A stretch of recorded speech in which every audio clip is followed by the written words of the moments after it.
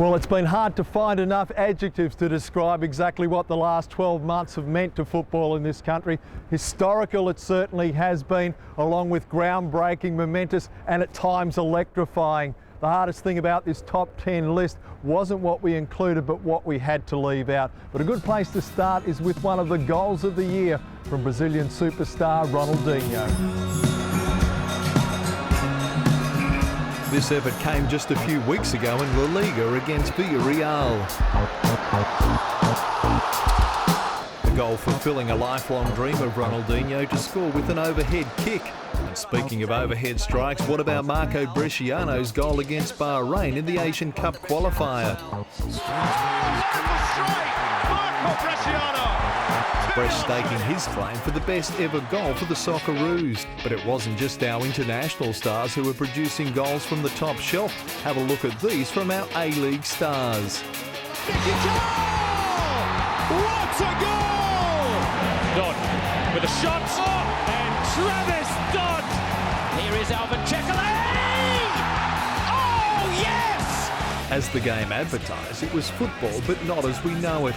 Especially when Sydney FC overcame local rivals, the Central Coast Mariners, to become the first champions of the A-League. Squares it up, the shot! Sydney draw first blood in the grand final! And it wasn't just the goals which were grabbing the headlines in the local competition. Adelaide coach John Kosmina and Melbourne captain Kevin Muscat put on a stoush worthy of a heavyweight weigh-in. And it's ending in uproar here at Telstra Dome. And at the same venue, later in the year, the Victory played host to champion Sydney FC in front of more than 50,000 fans. Well, we've said it before, it's like being in Europe. Now to the World Cup, and what an amazing event it was. The Socceroos back in the biggest show on earth for the first time in 32 years. The Italians crowned champions after a final which will be remembered not for its goals, but this. If you're going to behave like that on a football pitch, I think retirement is a very good option.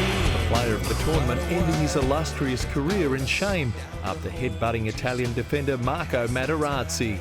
Materazzi was of course red-carded earlier in the tournament in the round of 16 match against the Socceroos.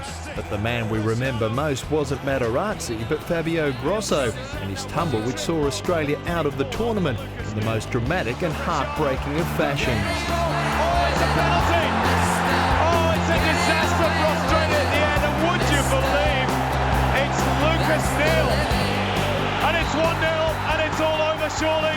While Australia's World Cup campaign finished on a sour note, Socceroos provided us with some images which will be etched in the memory of this proud sporting nation's history forever. Harry Kewell has done it!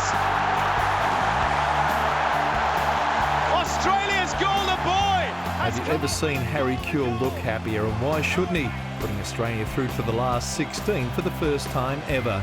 But Harry and his teammates' fate in the tournament could have been settled in Game 1 against Japan. With less than 10 minutes to go, they were a goal down.